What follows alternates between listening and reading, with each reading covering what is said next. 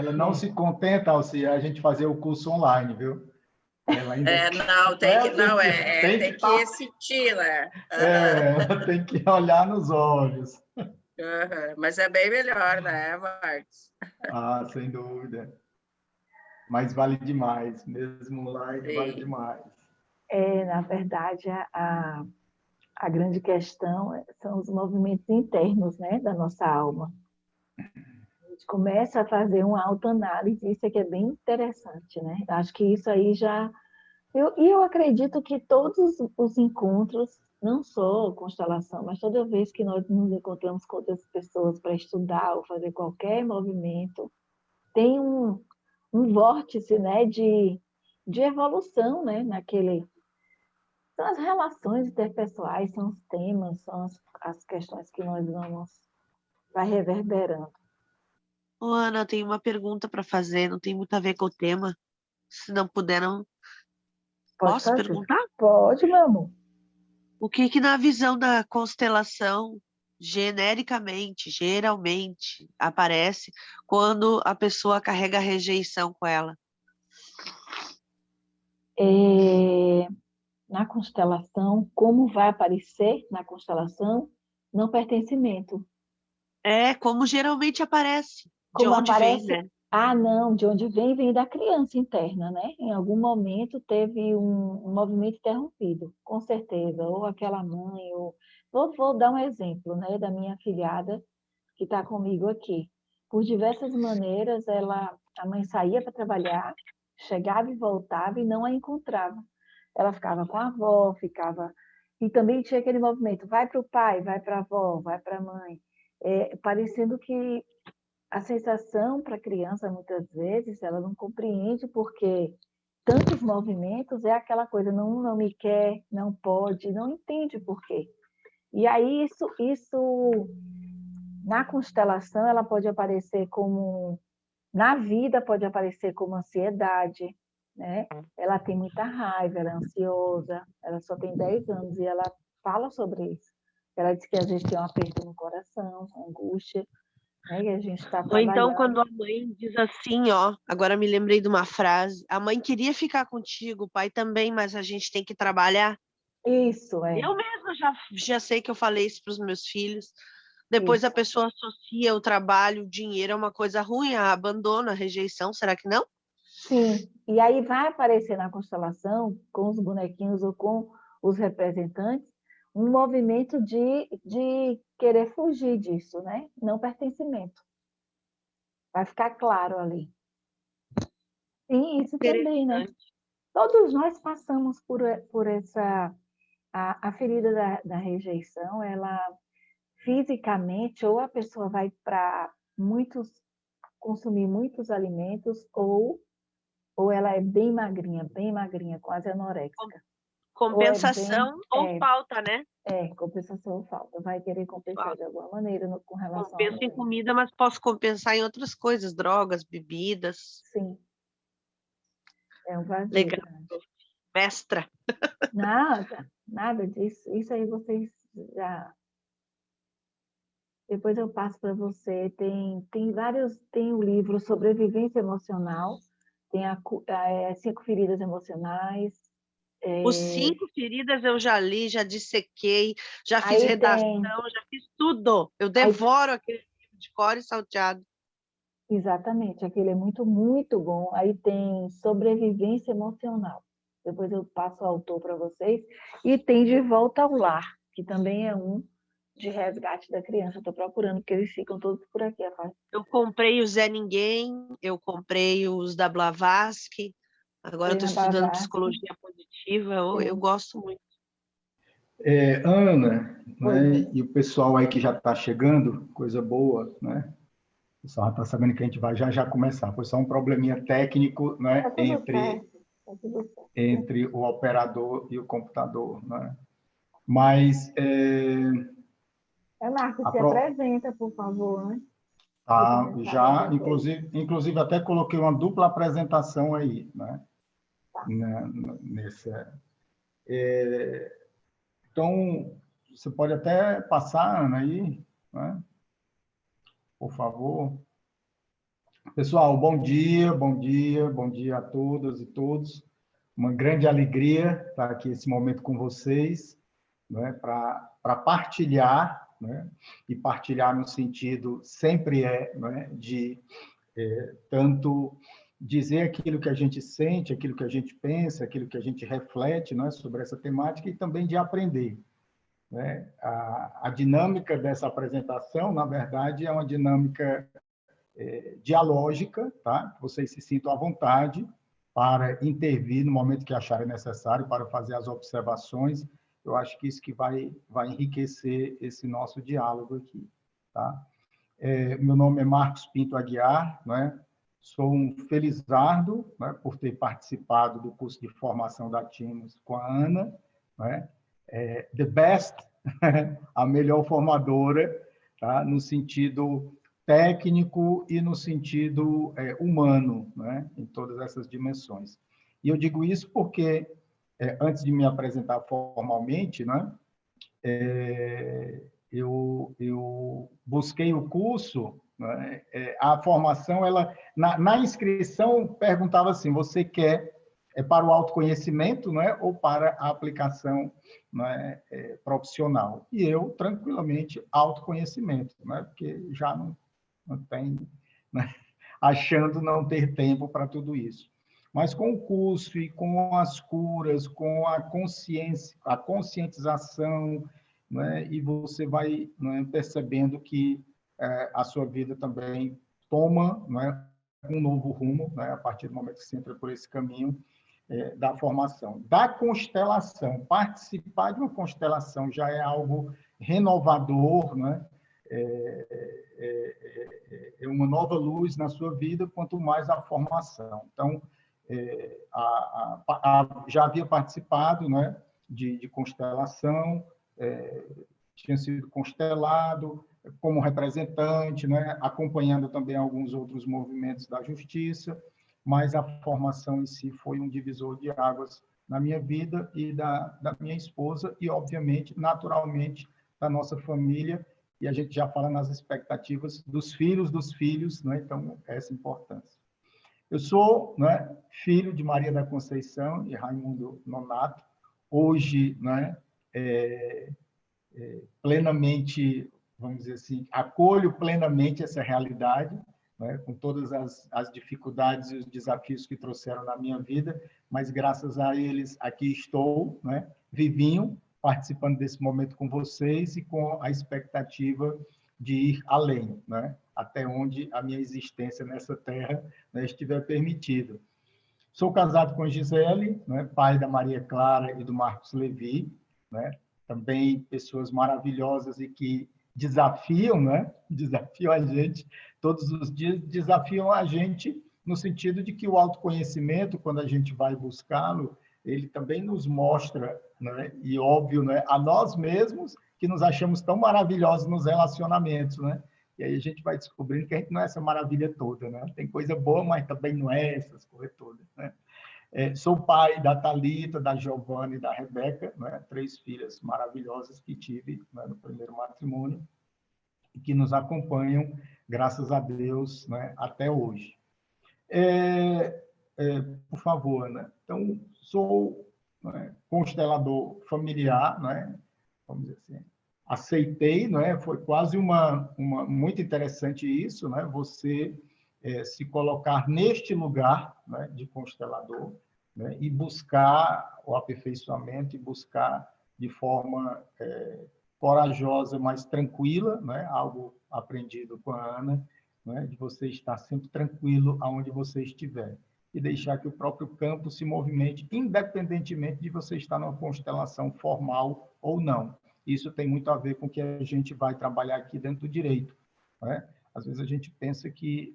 e eu também pensava assim no início, né? Tinha algumas compreensões errôneas sobre a aplicação da constelação familiar no direito. Sou mediador de conflitos, né? Conflitos judiciais e extrajudiciais também, professor do curso de Direito da FAO, é um curso de graduação em Direito, e do curso de mestrado da UFESA, né? E a minha dimensão acadêmica, né, que faz parte da minha história, né, o doutorado em Direito, né, quando eu entrei no ensino, me identifiquei, né, muito, e quando a gente passa pelas constelações, a gente vai vendo a profunda, né, íntima ligação que tem a escolha, né, do nosso trabalho, da nossa carreira, né, do que é que nós vamos fazer, né, e atualmente, hoje, né, eu estou como coordenador do curso de Direito e professor, né? Então, eu trouxe algumas perguntas aqui de partidas. Por que direito sistêmico e acesso à justiça, né? Assim, é um tema, juntar, né, unir o acesso à justiça ao direito sistêmico. A minha intenção parte, obviamente, a minha motivação inicial é um tema que eu estudo academicamente, sou coordenador, inclusive, de um grupo de pesquisa aqui na faculdade que trata de acesso à justiça, conflitos e cultura de paz, né? Então, eu vou trazer aqui uma abordagem, tá, sobre uma outra ótica, né? Eu andei pesquisando, obviamente, né, trabalhos em relação a isso e apresentações e tudo, e acho que essa abordagem ela traz, né, algumas novidades, porque proposta, né, ela nasce também desse meu espírito, né, de pesquisador, de professor, de educador e de jurista, né, como advogado e também mediador de conflitos, né? Então, algumas perguntas importantes. Pensei, viu, gente, nessas perguntas e nessa apresentação a partir do que eu possivelmente poderia encontrar, né, nessa sala aqui com vocês. Pessoas que conhecem a constelação, né, e não conhecem, talvez, a dinâmica, né, as dinâmicas do universo do direito, né, do poder judiciário, das questões relativas à justiça, como a gente entende justiça, né, muitas vezes a justiça processual. Tá? Então, pensei nisso, assim como pensei que talvez pudesse encontrar aqui pessoas do campo do direito e que não conhecessem bem as dinâmicas da constelação, né? Então, vamos ver aí se essa harmonia foi alcançada, né, dentro dessa perspectiva. Então, temos essas perguntas de partida que a gente vai procurar aqui, né? E eu digo para vocês, a cada instante, olhando o direito, a justiça, constelações familiares e o próprio direito sistêmico, né? Então, uma pergunta básica e que está no dia a dia da nossa vida e que, às vezes, a gente, como tantos outros conceitos, a gente vê que cabe aí umas 2 galáxias, né? Um buraco negro e muito mais coisa, de tão amplo que é. Um deles é a questão da justiça, né? O que é a justiça? Nós vamos trazer aqui apenas alguns, óbvio, né? Não quero também, nem ter uma pretensão de filosofar sobre isso, mas alguns conceitos de justiça que têm a ver com o direito e com as constelações familiares, né, dentro do sistema de justiça, que a gente vai também entender como direito sistêmico. Qual o significado do acesso à justiça? Né? Como se dá o acesso à justiça? Né? Pode passar, Ana, por favor. Qual a razão da existência do direito? O direito pode não ser sistêmico? Né? Existe o direito sistêmico? Essa é uma pergunta que relutei bastante, né? E por mais que comecei, inclusive, a fazer parte de um grupo de pesquisa, de estudo composto por alguns advogados, né? Uma amiga caríssima, né? Ana Tarna, que hoje é presidente da Comissão, né, de Direito Sistêmico aqui na UAB do Ceará, né? A Gabriela também, então, advogados que estavam à frente, que estão, né, sempre à frente, porque não param de pensar nessas temáticas aqui no Ceará. Né? E como vivenciar o direito sistêmico na justiça, né? Essas são, vamos dizer assim, as nossas perguntas, né, de partida. E a justiça, né? Porque qual é a visão que a gente tem da justiça? Né? A gente costuma dizer assim, né, e os filhos dizem muito, né, para a gente, isso não é justo, quando a gente toma uma decisão que não agrada. Por isso eu trago esse outro questionamento. O justo para mim é o que é bom para mim, né? aquilo que me satisfaz, aquilo que me agrada, né? É isso que é o justo. Então, eu vou encontrar a justiça quando, né? Sempre que estiverem fazendo minha vontade, né? Ou eu estiver fazendo algo que me agrade. Então, essa é um questionamento que, às vezes, a gente não faz. Esse é um questionamento feito, obviamente, dentro dos cursos, né, de filosofia, até mesmo dentro do curso de Direito, né, a gente vai fazer esse questionamento, tá? Algumas temáticas sobre isso, mas é tratado né, na dimensão pessoal e na dimensão social, muitas vezes a gente não faz essa reflexão sobre o que seria a justiça. E eu trago aí, então, né, algumas posições sobre essa ideia da justiça, para que a gente possa refletir. E aí alguns filósofos, pensei aqui 3 filósofos, né? O Platão, aí, né, antes mesmo de Cristo, a concepção de justiça é dar a cada um o que lhe corresponde segundo sua natureza, né? E aí tem uma história, né, que eu ouvi, né, há um bom tempo, né? Lavando roupa com escorpião. Esse título fui eu que coloquei. Acho bonito colocar título. Eu e a Polícia Federal, né? Para colocar nome de operação, de alguma coisa assim. Então, lavando roupa com escorpião. O caso dos 2 monges, né?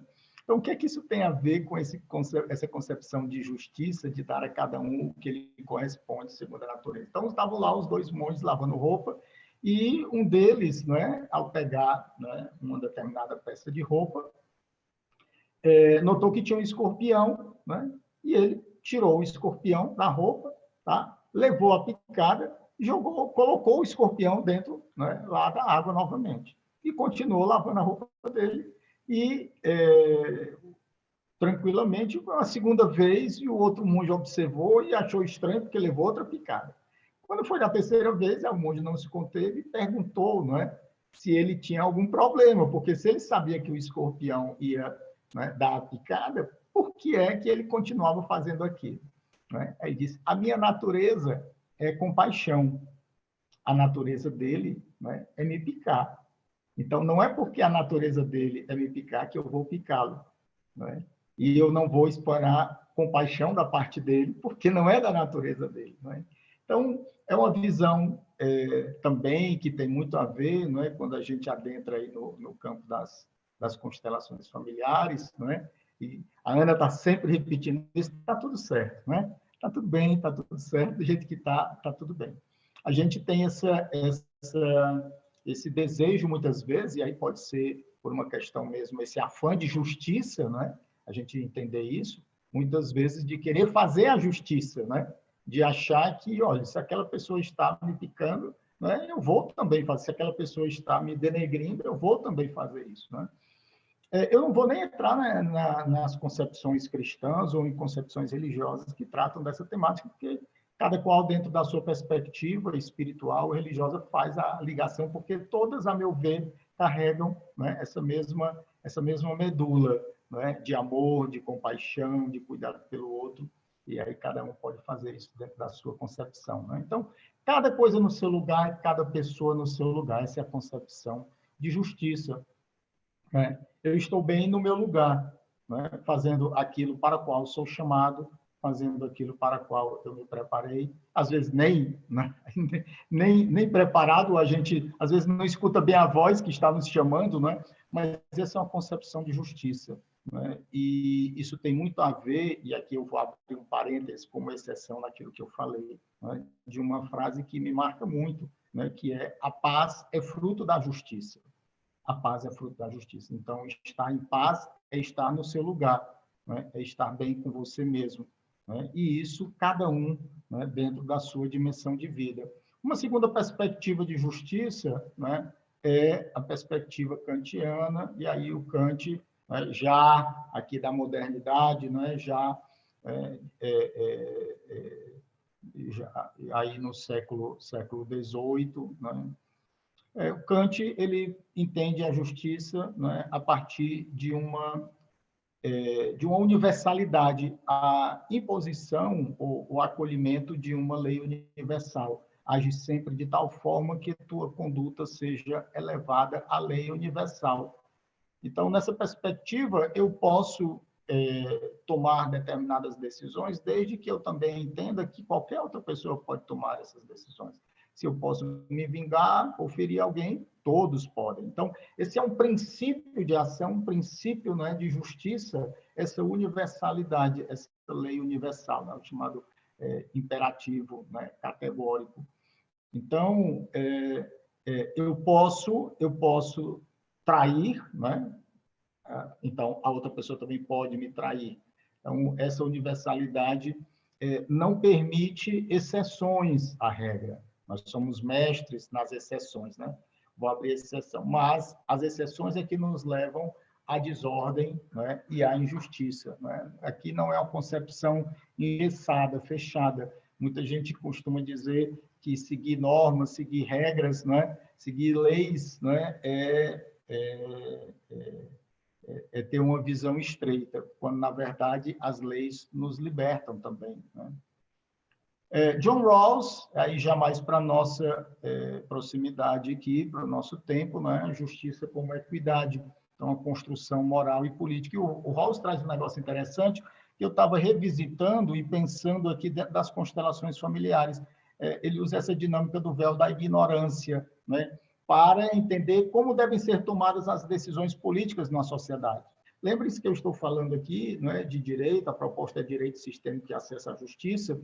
Então, eu não vou, porque a gente, os exemplos, obviamente, né, a sociedade é um macrocosmo, né, de nós mesmos, né, do indivíduo, mas eu também estou querendo trazer aqui uma visão de uma constelação dentro de uma perspectiva também social, né, jurídico-social. Então, esse véu da ignorância, eu vou tomar as decisões como? Né? Se você se coloca numa posição que eles chamam de, né, posição original, como se tivesse um véu na sua frente, você não sabe quem você é, não sabe quais são as suas características, né? E aí você vai tomar essa decisão. Então, é o caso de, por exemplo, se eu sou, né, senhor de escravos, né, eu apoiaria essa decisão da escravidão se eu soubesse que poderia ser escravo, né? Então, são as questões também inconscientes, né, que muitas vezes esse véu da ignorância, né, nos leva a tomar ações ferindo a si mesmo e aos outros, né, sem pensar nessa perspectiva do outro também, né? E acho que a constelação traz muito isso para a gente. Não é uma consciência pessoal, mas é uma consciência também de alteridade, da perspectiva do outro. Eu sofro e o outro também sofre, né, igualmente. É uma condição humana passar por tudo isso, né?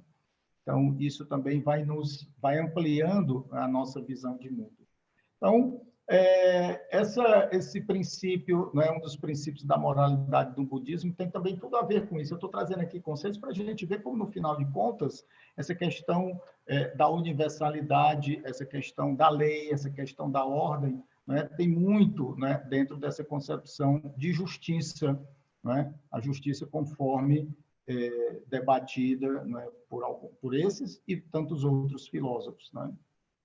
Então, fazer o bem, lembrando que em outra vida aquela pessoa pode ter sido a sua mãe. Essa é uma perspectiva, né, de nunca procurar fazer mal ao outro, né? E a gente, dentro dessa concepção, né, do campo morfogenético, dentro dessa concepção da epigenética, né, dentro dessa concepção da consciência de clã, né, isso para a gente também é muito forte, né?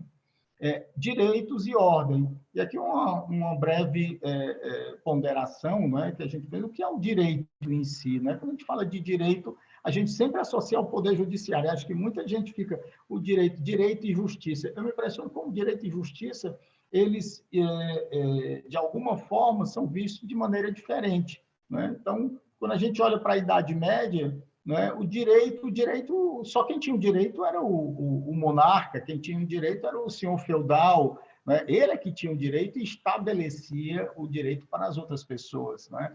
Nessa concepção da modernidade, principalmente no começo do final do século XVIII, começo do século XIX, e essas revoluções, já se tem uma concepção de direito diferenciada, um direito para todos, né? Já se tem uma concepção da individualidade do ser humano, do valor intrínseco, né, de cada pessoa. E isso, lembrando, né, que isso, dentro de uma concepção religiosa, obviamente, isso existia também, né? Mas nós estamos falando aqui dentro de um contexto laico, dentro de um contexto social, né? E hoje, né, especialmente a partir da segunda metade do século XX, a gente já vê o direito uma outra visão também. Então, o direito não é só aquilo que está no papel, chamado direito positivo, né? Não é só aquilo que é posto pelo Estado, né, o que está nas normas do Estado, o que está na Constituição.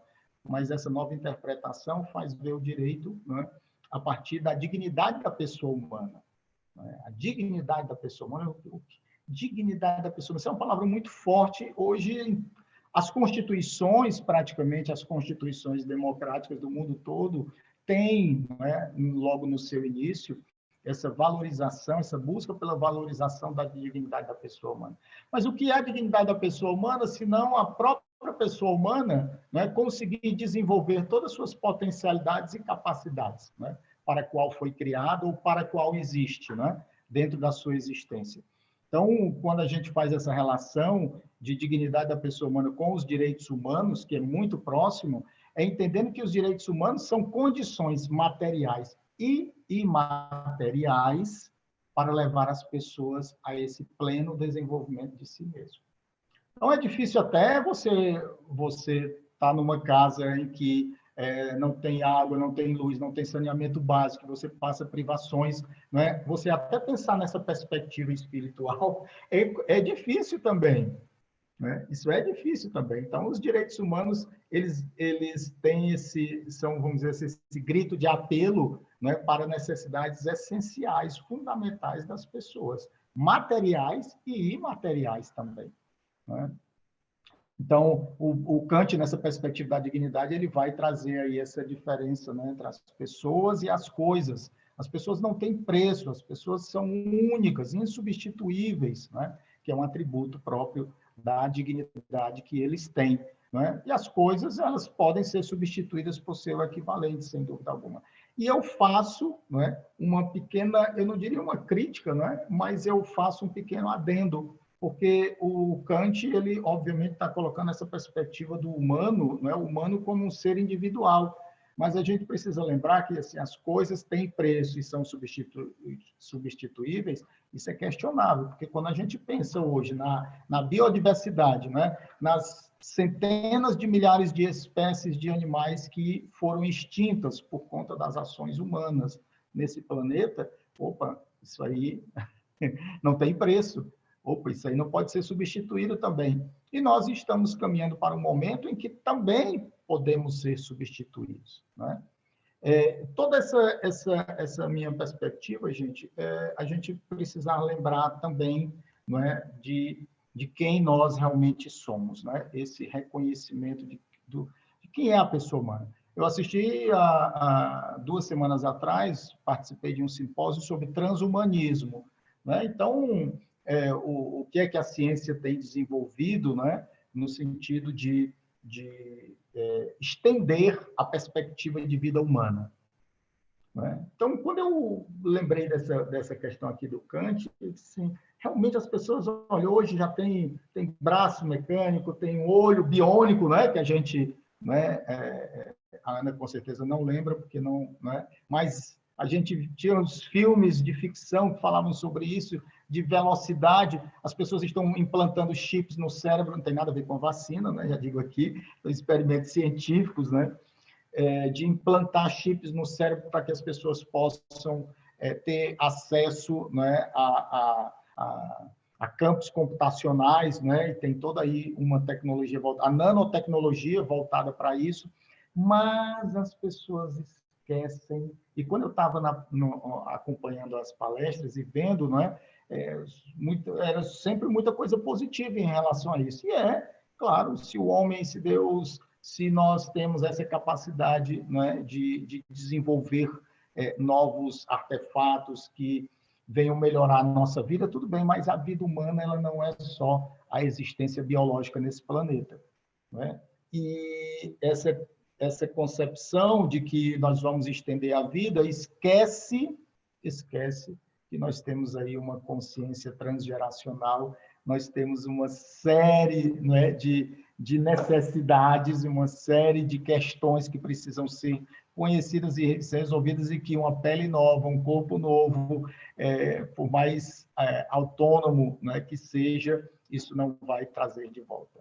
Não tem, né, possibilidade. Tá? Igual aquele médico famoso, ou lá do Carandiru, que escreveu, agora fugiu o nome dele.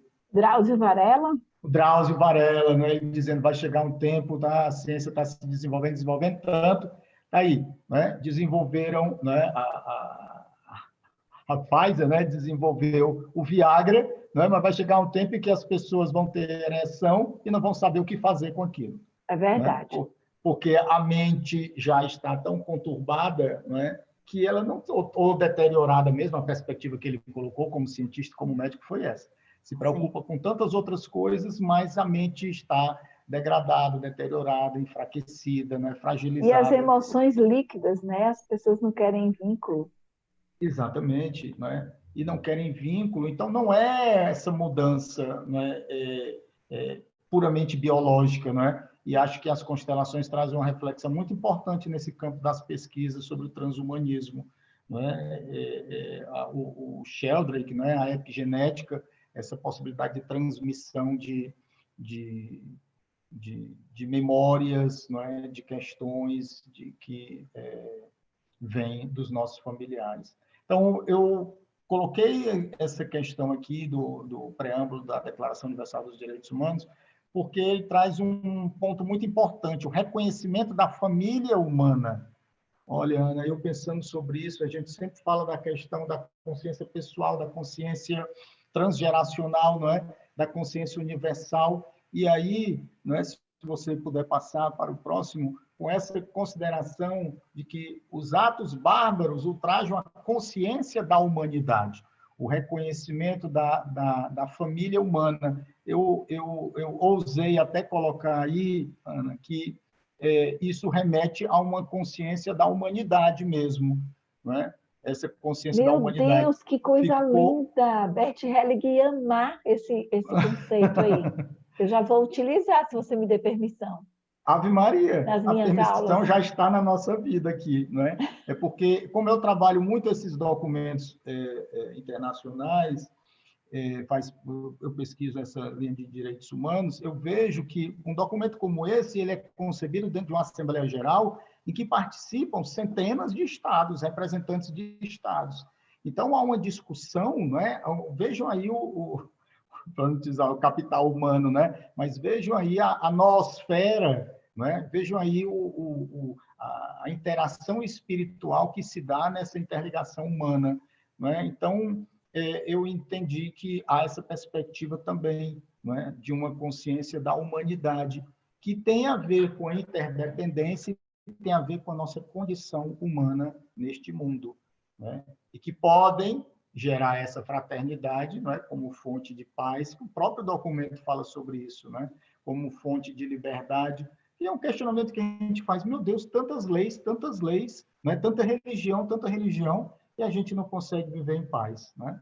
Então está faltando alguma coisa, né? Ou melhor, algo precisa ser complementado. Nesse próximo slide, né, vocês veem a afirmação aí da Declaração Universal dos Direitos Humanos. Todos os homens nascem livres e iguais. Olha a dimensão de universalidade lá do Kant, não é? São dotados de razão e consciência, né? E devem agir em relação uns aos outros com espírito de fraternidade. Então, essa nossa consciência individual, essa nossa consciência coletiva, familiar, essa nossa consciência, ela se expande, não é? O amor, ele é expansivo, não é? Ele não pode se limitar ao meu grupo, não é? Ao meu clã, à minha família, não é? Aos meus amigos, não é? Ele precisa ser expansivo para que nós possamos expandir também a nossa alma, não é? Para que nós possamos ter uma compreensão mais profunda sobre todos esses fatos. É um dever, o dever de agir com fraternidade. Então, aí, dentro dessa perspectiva, na própria Constituição Federal, né, a nossa Constituição, nós entendemos essa mesma perspectiva de pertencimento a uma família humana, pertencimento a uma sociedade fraterna. A sociedade fraterna é uma sociedade de irmãos, né? Isso é o preâmbulo da nossa Constituição, né? Que não se discute muito porque o Supremo Tribunal Federal resolveu dizer que não tem força normativa, e aí fica mais para discussão entre os poetas, né? Entre os consteladores, talvez. Né? Então, mas aqui está um programa de vida, aqui está uma diretriz, não é, para o Estado brasileiro e para os representantes, os nossos representantes. Não é? Instituir o Estado destinado a assegurar esses direitos, não é, como valores supremos de uma sociedade fraterna. Não é? Então, nós todos pertencemos a essa sociedade fraterna. Não é? Nós temos, as sociedades, não é? As sociedades, elas tem também as suas características. Eu não ousaria dizer tem a sua personalidade, né? Mas tem também, né, essas características. Que a gente costuma dizer isso, o brasileiro é assim, o argentino é assim, o africano é assim, o alemão é assim. Né? A gente tem esse costume. E a gente pensa assim, mas isso é uma questão cultural. Né? É só uma questão cultural? É só uma questão do meio externo? Ou isso é algo que também vai sendo, né, difundido e transmitido de geração em geração? Então, esses objetivos do Estado brasileiro, né, visam isso, construir uma sociedade livre, justa e solidária, garantir o desenvolvimento, erradicar a pobreza. Vejam só, tudo está voltado para as pessoas, promover o bem de todos. Né? E quantas pessoas não se sentem pertencentes a esse sistema de justiça? Quantas pessoas não se sentem pertencentes, né, a esse sistema constitucional? Tem um constitucionalista alemão, que eu esqueci agora o nome dele, e que ele diz o seguinte, que é necessário ter sentimento constitucional. A Constituição é um sistema também, é um sistema que se integra à nossa vida. Quantas pessoas são atingidas por uma decisão, uma proposta de emenda constitucional que corta os gastos da saúde, que corta os gastos da educação? Quantas pessoas sofrem? Quantas pessoas morreram, né, de Covid por conta de um processo de desinvestimento na saúde que já vem aí há décadas, não é de agora. A Covid surpreendeu, mas o sistema de saúde não surpreendeu. Né? Então, esses objetivos que não são cumpridos pelo Estado.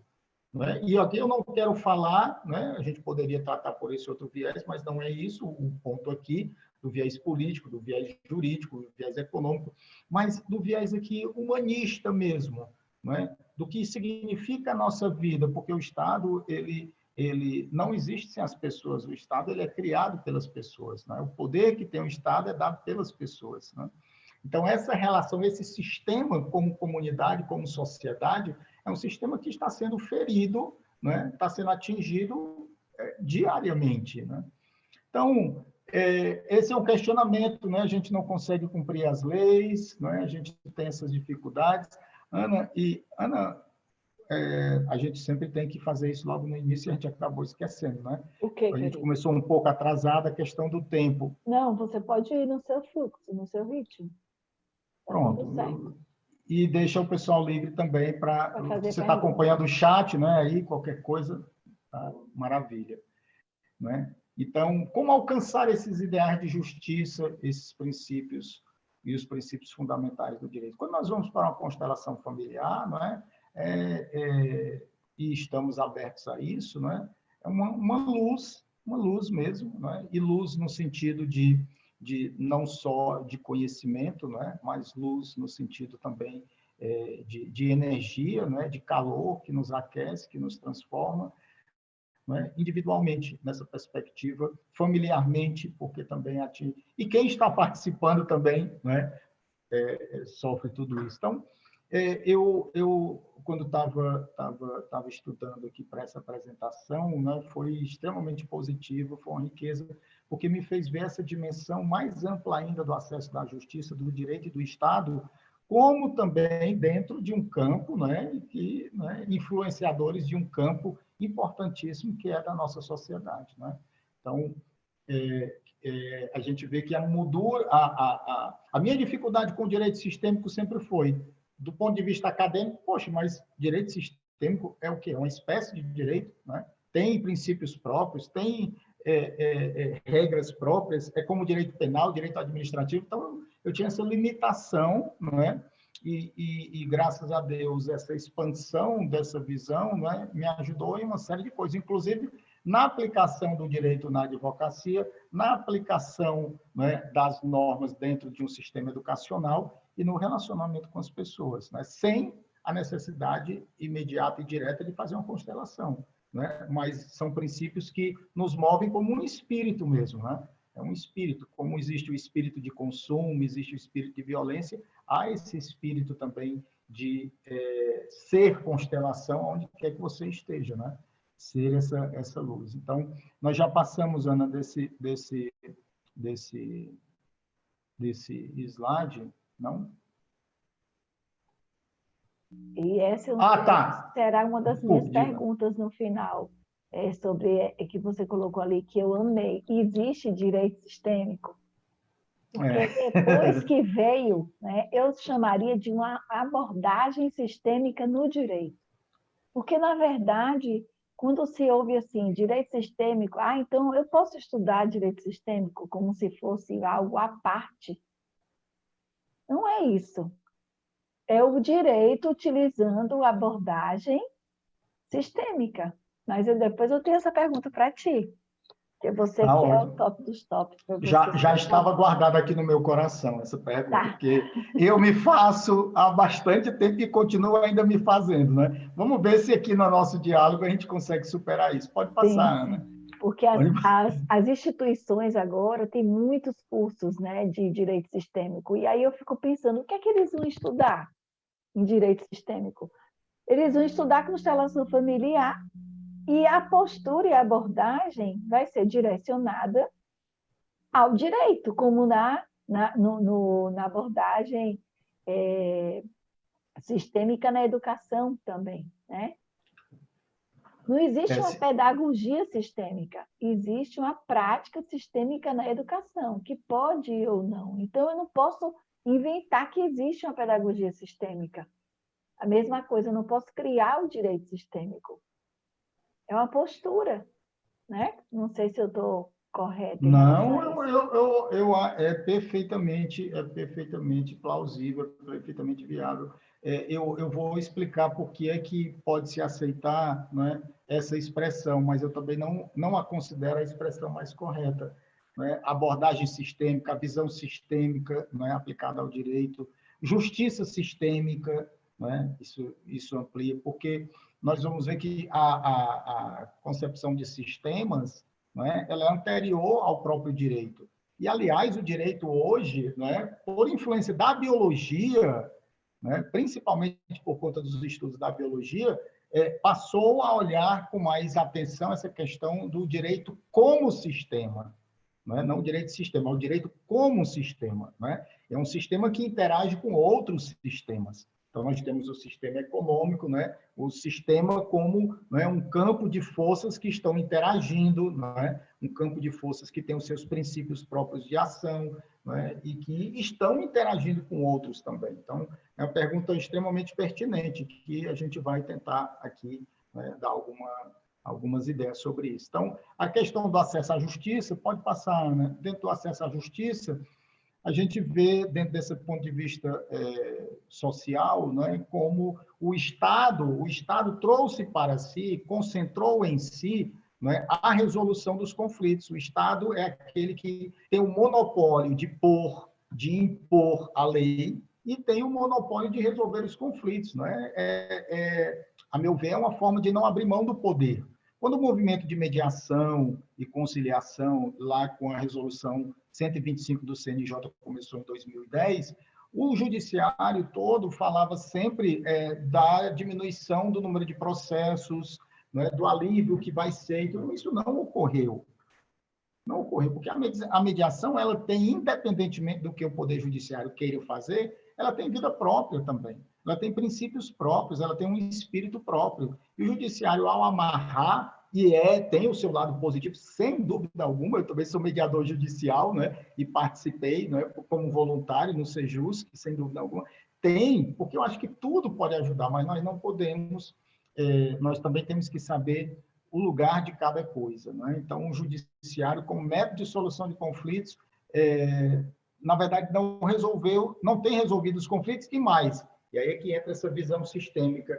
Né? Muitas vezes, procura resolver aquilo que está nos autos, né? Nos autos processuais, os autos processuais vamos dizer assim, é o livro que conta a história, né, do processo, do conflito, desde o início. Então, desde a petição inicial, a pessoa vai contar o conflito, né, vai contar como se sente, mas não consegue porque a linguagem ainda é muito pequena para expressar o que está se passando. Aí surgiram essas ondas renovatórias do acesso à justiça para ampliar, olha, acesso à justiça não quer dizer apenas acesso ao judiciário. Acesso à justiça quer dizer acesso a uma ordem justa, acesso à justiça quer dizer o acesso a uma solução para aquilo que lhe aflige, para aquilo que lhe rouba a paz, né? Que não necessariamente vai acontecer apenas no judiciário, né? Então, esse relatório, um relatório importante, esse relatório de Florença, que traz aí essas chamadas ondas, né? Ondas renovatórias do acesso à justiça, né? A justiça sempre foi muito cara e somente os ricos tinham acesso a ela, né? Então, um primeiro momento com advogados para os pobres, e hoje nós temos também a defensoria, depois uma segunda onda de direitos difusos e coletivos, quer dizer, são aqueles direitos que atingem a todos, são inerentes e usufruídos por todos, como é o caso do meio ambiente, do patrimônio cultural. E essa terceira onda é que nós nos encontramos desses novos métodos e instituições de resolução de conflitos, né? É isso que a gente pode passar, por favor, né? Então, nós temos, por exemplo, e aqui nós vamos chegar na constelação, porque não existe uma lei específica para a constelação, a aplicação da constelação no judiciário, né? Se debate muito isso, mas o que é que nós temos como fundamento, né? Essa resolução 125 do CNJ, o Conselho Nacional de Justiça, né, em 2010, ela vai promover uma política judiciária, né, uma política nacional de solução de conflitos. Aí surge a lei da mediação, a justiça restaurativa, né? Um ponto importante, política nacional de práticas integrativas e complementares, que inclui as constelações familiares. Então, hoje, né, as constelações familiares são consideradas uma prática integrativa, está lá, né, nos documentos do SUS, né, e que as pessoas, assim como a yoga, né, o reiki e outras práticas também em busca de saúde. Então, essa resolução 125, ela diz o seguinte: fica instituída a política judiciária nacional de tratamento dos conflitos de interesse, assegurar a todos a solução dos conflitos por meios adequados à sua natureza e peculiaridade. Então, cada conflito tem um meio adequado para a sua resolução. Cada conflito, né? O Viktor Frankl, o criador da logoterapia, né, com aquele livro famoso dele, né, Em Busca de Sentido, ele dizia o seguinte, que cada terapia, né, tem um público certo e atende a uma determinada necessidade de acordo com a natureza do problema. Ele não considerava que a logoterapia, né, a busca do sentido, né, fosse a panaceia, a resolução de todos os problemas de doenças, de neuroses, tanto é que ele fala que, né, a prática dele não é da neurose, é a neurose do nous, a neurose do espírito, né? A depressão, a ansiedade, a falta de sentido é uma doença do espírito, né? E aí nós podemos fazer uma aproximação interessante, né? Estava revendo outro dia isso, né? Como isso tem a ver com a constelação, como a constelação, esses movimentos, né, sistêmicos, essas dinâmicas, elas nos aproximam, né, dessa realidade do espírito, né, e um espírito que não está presente apenas no momento, né, temporal e espacial atual, presente agora, né, mas um espírito que sofre uma série de influências aí, né, já há bastante tempo. Então, oferecer outros mecanismos de solução de controvérsia. E aí, não é, a constelação familiar, ela também é aplicada no judiciário, né? Eu tive fazendo uma pesquisa, né? E existem, não é, centros judiciários de solução de conflitos e cidadania. Eu vou trazer logo aí mais adiante, que é o chamado SEJUSCs, né? E o SEJUSCs, que eu atuei também, né, quando eu fiz a referência como voluntário, o SEJUSC é uma espécie de uma central, né? Tem um juiz que coordena, né, essa central e que recebe, né, a maioria, porque não dá para receber todas, né? A maioria das práticas de mediação e conciliação. Então, a pessoa está com um processo numa determinada vara, né? E aí, o que é que eles fazem? Tem dentro do procedimento, dentro do processo, né, que segue várias fases, tem uma fase que é a audiência de mediação ou conciliação, extremamente valorizada hoje, né, para permitir que as pessoas possam alcançar uma autocomposição diante do seu conflito, que as pessoas possam conversar entre si, possam dialogar, possam resolver os seus problemas. Olha aí, a questão do empoderamento pessoal, né, da autonomia na solução. Porque se for para o judiciário, se o juiz for decidir, o juiz vai decidir da cabeça dele. O juiz vai decidir de acordo com os sentimentos dele, com os emaranhados dele também. Né? Então, um juiz que teve... e eu falo não só juiz, né? Qualquer outro operador da justiça, né? Que esteja atuando, mas, no caso, a posição do juiz é uma posição muito mais nesse sentido de relevância do processo, porque vai dar fim, né, àquele processo, nessa perspectiva. Né? Então, se é um juiz que, por exemplo, teve uma vivência dentro de uma família em que, de uma cultura machista, né, ou que experienciou, né, algum abuso, né, sexual, então, essas coisas não estão nele, ou alguém mesmo da família, não necessariamente ele, que ele traz isso, né, por lealdade, né, ao sistema familiar. Será que ele também, na hora de tomar as decisões, ele não vai olhar o outro dessa forma? Então, essa abordagem sistêmica ela é extremamente positiva para nos libertar, inclusive quem está no judiciário, desses emaranhamentos. Né? A aplicação, na verdade, e o próprio Samir Storti, né, a aplicação no judiciário tem a ver... Aqui essa a diferença, né? Porque aquilo que eu falei, né? Pode ser que tenha alguém que não conheça a constelação, né? Ou seja, só do direito. Então, a constelação familiar é uma prática terapêutica, né? As pessoas levam os clientes, as pessoas, né, que vão ser consteladas, levam as suas questões, os seus dramas, os seus sofrimentos, não sem muitas vezes entender o porquê, né? Olha, eu passo por isso, né? Como a Ana, né, na prática da constelação. Me diga só aí, o que é que você quer constelar? E a gente, naquela coisa de me diga só aí, né, como bem aconteceu comigo, a gente disse, meu Deus do céu, né, foi um mundo de coisas, não me diga só aí, né, no que saiu. Então, mas essas pessoas não levam isso para o judiciário. O que está ali no processo, o que está ali naqueles autos ali, os fatos, os fenômenos que são narrados, tem para quem não conhece, né, tem dentro de uma determinada sequência, quando você vai apresentar a sua questão para o juiz, o primeiro momento você vai narrar os fatos, né? Um fenômeno, o que aconteceu. Só que o que aconteceu se restringe à nossa percepção, né? Ou muitas vezes até a percepção do advogado que quer ajudar, e diz, olha, isso aqui foi por isso, e só se emaranha, né? Então, a dinâmica da constelação é o tratamento de questões por meio de representantes e a aplicação das leis sistêmicas, né? As questões provêm do sistema familiar. Foi só para relembrar essa perspectiva, né? E eu não vou me deter aqui nas leis sistêmicas, tá? A gente vou deixar para tratar isso dentro de um momento aqui. Mas quando a gente fala dessa questão do pertencimento, a gente é muito mais amplo, né? Quando a gente percebe o sistema judiciário, né? Como as pessoas são excluídas desse sistema. As pessoas não conseguem nem chegar no judiciário, né? Há casos atuais, né? De um juiz que não deixa a pessoa participar de uma audiência porque está de chinelo. Já aconteceu. Ou o advogado não participar porque estava sem a gravata, né? Então, que emaranhado vive esse juiz, né? Que problema ele enfrenta, né? Imagina isso ao julgar. Imagina a pessoa a julgar. Não estou...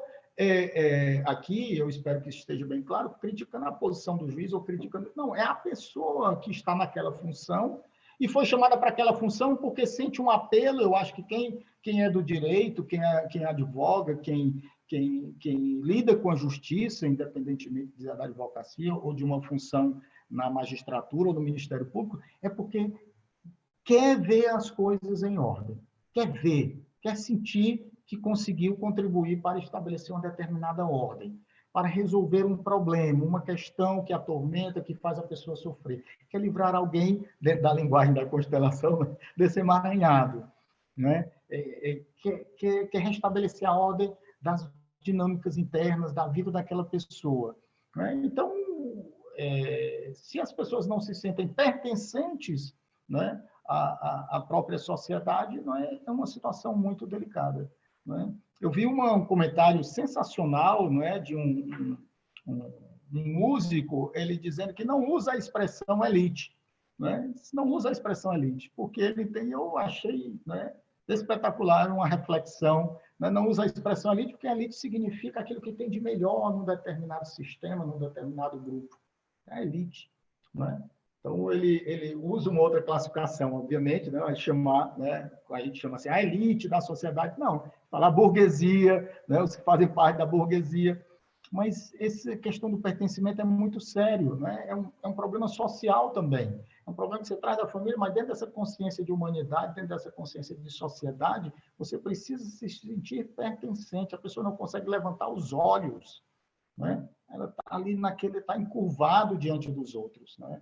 E reconhecimento é você se sentir livre para se erguer e falar com tranquilidade o que você sente, né? Expressar suas ideias. Essas pessoas não têm acesso ao espaço público, não pertencem ao espaço público, né? Então, aí quando a gente entra nessa questão da hierarquia, talvez seja a única coisa que elas sintam dentro de um contexto social, porque essa hierarquia, não é, que toma o poder para si, muitas vezes, não é, e não o faz dentro dessa questão da ordem de equilíbrio de dar e receber. Não é? Lembrem-se, está lá na Constituição, não é? O poder emana do povo, o poder emana do povo. O Estado é soberano porque essa soberania é dada pelo povo. E o que é que o povo recebe do Estado?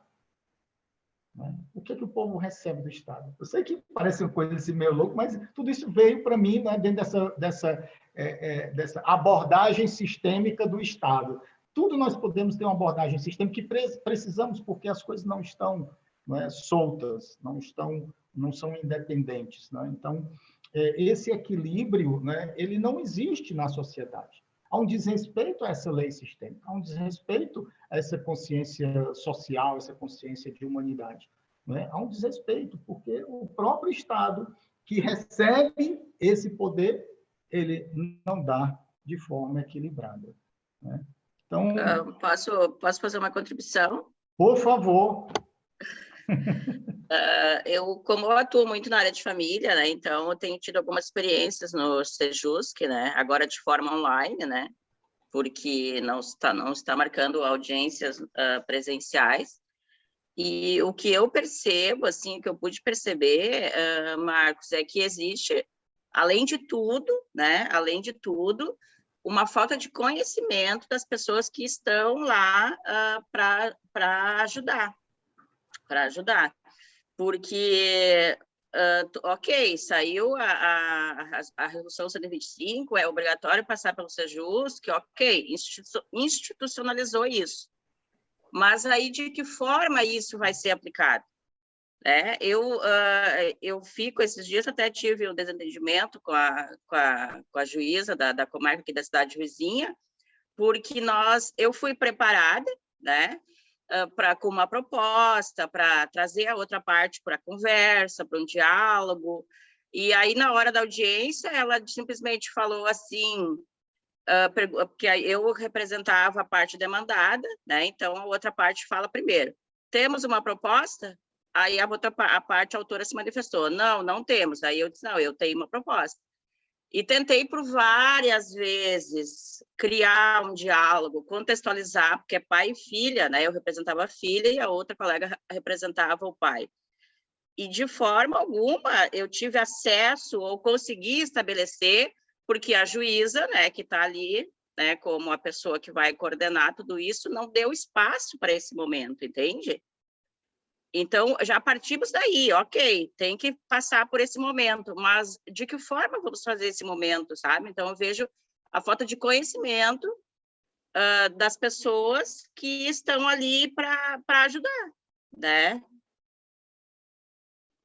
Então, um desabafo aí, uma contribuição, né? Aqui, pelo menos na minha região, é isso que a gente tá vendo, sabe? eu vou pedir mil desculpas, mas porque como o teu nome não está aparecendo aqui... Elci. Elci. Elci, muito obrigado aí por sua colaboração. O seu desabafo ele é extremamente enriquecedor. Semana passada, no dia 2, né? No início desse mês, eu estava participando de um grupo de trabalho. Eu também faço parte de um grupo de pesquisa na UFESA, que é a Universidade Federal do Semiárido, né? E a gente teve um evento e o nosso grupo de trabalho era, né, acesso à justiça, métodos de solução de conflitos, né? E fiquei muito feliz mesmo com a participação dos alunos no campo da justiça restaurativa, sabe? Muita gente trabalhando, trazendo projetos, e inclusive com pesquisas de campo, né, nessa questão da justiça restaurativa, que é uma nova visão também, né, da justiça, né, uma nova visão de buscar essa ordem para além da ordem externa, né, a ordem interna, né, e tirar do Estado unicamente esse protagonismo, né, porque as partes teriam condições de encontrar um determinado acordo. E um dos temas, eu me lembrei disso, porque um dos trabalhos era sobre a formação das pessoas no campo da justiça restaurativa para fazer esse trabalho. Da mesma forma, é claro, o judiciário ele só vai aceitar quem fez mediação, curso de mediação, né, ou conciliação lá do NUPEMEC e tal, dentro dessa esfera. Mas a formação, ela não se resume se resume a um curso. Eu gosto muito de usar, certo? Eu não coloquei aqui porque não é esse o nosso tema, mas para mim, quando eu leio, quando eu vejo, não é melhor do que ler, quando eu vejo a palavra mediação, né? Eu sempre coloco um T entre o I e o A. Mediação, né? A meditação. Porque nenhuma dessas práticas, eu acredito, claro, né? Ou refazer, né? Essas práticas podem ser utilizadas apenas como técnicas de trabalho, como um técnico profissional para fazer, o cara já sabe o que tem que colocar ali na audiência, às vezes até se confunde a mediação com a conciliação, mas o foco que a pessoa se perde, né? Você tem toda a razão.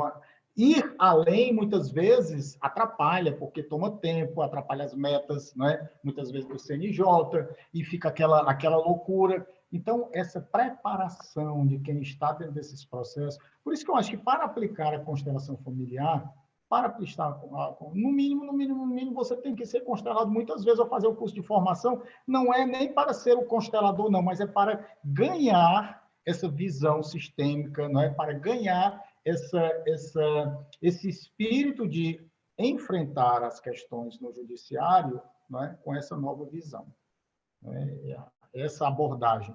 Não dá. Eu acho que... e não dá nem para a gente dizer o problema da pessoa, o problema da... Sim, é o problema do sistema. O sistema está ferido, o sistema traz as suas falhas, o sistema tem não é? As suas fissuras. Não é? Então, como também trabalhar nesse sistema? Compreender, né, essa perspectiva dessas pessoas, né, dessas pessoas que estão numa posição de hierarquia, que poderiam, né, dar mais, já que recebem tanto. Gosto muito da expressão servidor público. Lamentavelmente, né, não se usa mais, porque talvez as pessoas não consideram a expressão, né, apropriada, mas no lugar de agente público, né, mas o servidor público. Por quê? Porque o servidor é aquele que serve, ele está a serviço, né? O terapeuta é o que serve. O terapeuta não é apenas... tem um livro do Leloup, que é um filósofo, eu acho que ele é francês, porque ele está sempre no Rio de Janeiro, né? Que ele é sobre terapia. Depois eu até vejo esse nome, a arte da terapia, alguma coisa assim, sabe? É impressionante como a gente pode se ver como terapeuta, quando a gente começa a interpretar, né, o mundo, interpretar os fenômenos, as relações com as pessoas, com essa outra visão. Então, realmente falta, é uma deficiência muito grande essa formação. Existe, sabe, Elci, alguns estados, não é, na Justiça do Trabalho, né, ano passado teve um congresso também sensacional, né, que o Sami Stort participou, mas, além do Sami, eu gosto de ouvir outros também, porque é importante que a gente veja os contrapontos também, né? Que a gente veja também o outro lado, outras visões. Né? Viver em comunidade é isso. Né?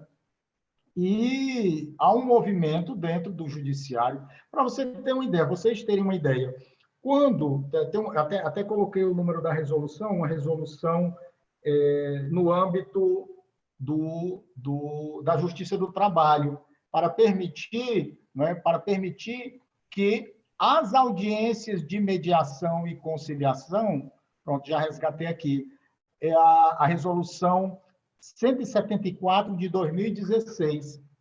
Essa resolução, ela simplesmente, né, trazia a possibilidade de que outras pessoas que não os juízes fizessem audiência de mediação e conciliação. Né? Então, houve um mal-estar muito grande. Né? Assim como há um mal-estar muito grande, por exemplo, a Defensoria Pública trabalha muito a questão da mediação. A meu ver, às vezes até confunde um pouco mediação com conciliação. E tem determinadas comarcas, né, e que nem dá para fazer a mediação, nem tem mediador, né, para fazer isso. Mas o Ministério Público trabalha a mediação comunitária, né, e a mediação comunitária é esse espaço onde as pessoas, dentro da sua comunidade, procuram, né, também resolver os seus problemas. Então, acho que a constelação familiar ela tem um desafio muito grande, né, mas que já vem com a caminhada extensa. Se a gente for contar o número de comissões, né, de direito sistêmico na própria OAB ao longo do Brasil, né, que começou lá, se não me engano, em Santa Catarina, eu ia pegar o número e acabei esquecendo, ia atualizar esse número. Eu não sei se alguém tem, mas já é um número muito grande. E o Sejusc, né, a gente ia falar aqui dessa questão do Sejusc, ele pode ser um instrumento de aplicação da constelação familiar. Não dá para o juiz constelar. O juiz, ele também está submetido a uma lei, tem uma hierarquia. Ele também está submetido a uma lei. Ele pertence a um determinado sistema. Não é? E acho que é o teu microfone. E o sistema, não é? Ele também tem uma ordem a ser seguida. O próprio Sami Stort, eu também acredito que as leis sistêmicas estão acima das leis humanas. Não é? Eu me lembro daquela passagem do Evangelho, dá a César o que é de César, né? E a Deus o que é de Deus. Então, cada um tem o seu lugar. Né? As leis humanas são necessárias? Sim, são. As leis humanas podem ser injustas? Ora, sim. Né? Há toda uma discussão em relação a isso, quando na Segunda Guerra, né, e o advento aí do nazismo e tudo que aconteceu com base, né, em leis, em constituições, há uma discussão que não cabe aqui, não dá aqui no âmbito da gente. Mas esses são os desafios, né? Nós temos lides jurídicas e lides sociais. Nós temos questões jurídicas e as questões sociais. Na verdade, o direito é o mais lento de todos. O direito, ele segue o fato social, segue o fenômeno social, segue o fenômeno familiar. O direito vai tentar normatizar, regular essas condutas em busca da harmonia familiar, da harmonia social, prevenindo conflitos e apontando meios de resolver conflitos. Né? O direito também, nessa perspectiva do judiciário, tem essa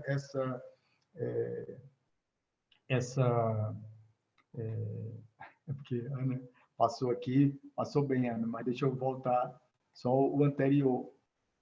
Essa perspectiva de resolução do conflito. Então, história do conflito aparente, né? Tá aí mesmo, Ana, por favor. Beleza. Lides jurídicas e lides sociais, né? Então, é um desequilíbrio. Esse desequilíbrio, ele é levado para o Poder Judiciário, né? Nós vamos ver no próximo slide a história que a gente vê muito isso em processo, né? Se é uma relação processual, uma relação triangular, né? Essa relação triangular, ela se dá autor, juiz e réu. Na perspectiva do judiciário, ainda hoje, salvo algumas exceções de doutrinadores, ou de outros, né, que estudam essa temática do processo, ainda hoje é assim, a visão está aqui, a pessoa entra com o processo, está aqui o juiz que representa o Estado e que vai resolver o problema, está no ápice da pirâmide, e está aqui o réu que depois vai ser chamado, e aí depois fica só autor e réu, aqui como vítima e agressor, como, não é, autor e réu, como acusador, aí, né, e como acusadores, né, um do outro. É sempre essa relação vítima. Então, o próprio Estado fomenta isso, né? Se acha que diminuir o número de processos resolve alguma coisa, resolve os conflitos sociais, se acha que o número de acordos em mediações e conciliações resolve problemas, não resolve, não é isso que resolve, porque o problema está na pessoa, a pessoa porta, né? A pessoa está com o problema, está nela, está na alma dela, né?